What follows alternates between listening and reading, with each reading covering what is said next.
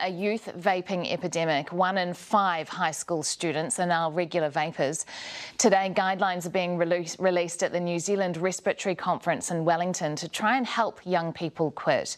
Papatoetoe High School Principal Vaughan Quio joins us this morning before those guidelines are released. Vaughan, thank you for your time. What would you like to see in these guidelines? Morning, and thank you for giving this important issue the airtime it needs. I think what I'd like to see in these guidelines is some sort of tightening of our existing either restrictions or enforcement regime to make things far more difficult for our young people to get their hands on in terms of vaping products, and sort of decooling them. I've mentioned that before, and yeah, we need to make them less attractive. I understand the medicinal side of things for those trying to get off smoking. I get that from the Ministry of Health and officials who have concerns about removing it altogether. But you know, per capita, I think we've probably got the worst used vaping, or really close to it, of anyone on the planet, which is not a good look.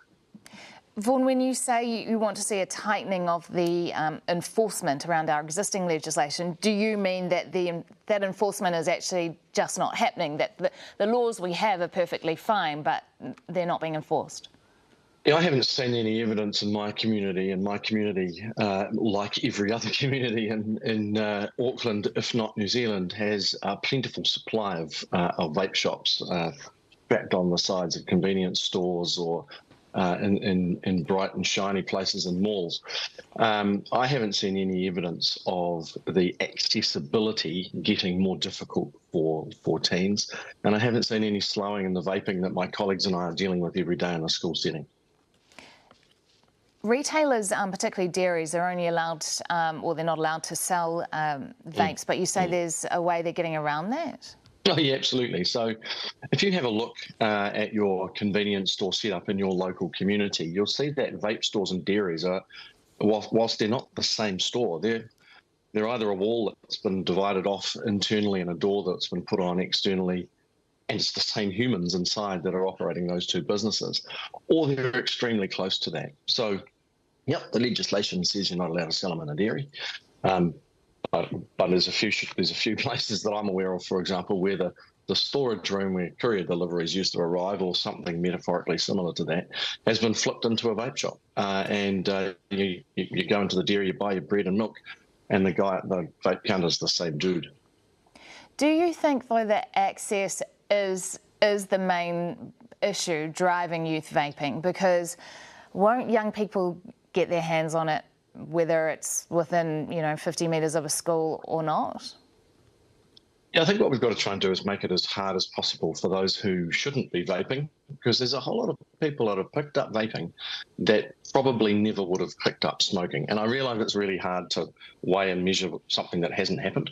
You can only weigh and measure what has happened.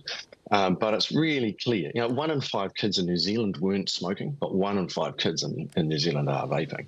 And that's the thing they're getting distracted by, and that's the thing they're leaving class to do in numbers.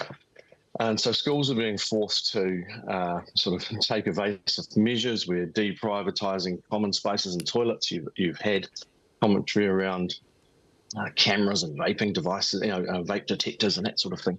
And so we're taking evasive action, but actually just chopping off the supply would help a great deal. And also just decooling it. I'm not sure of too many 52-year-old smokers that want to get off nicotine that really need a good hit of churro burst or something in the morning, or funky watermelon or pineapple crush or something.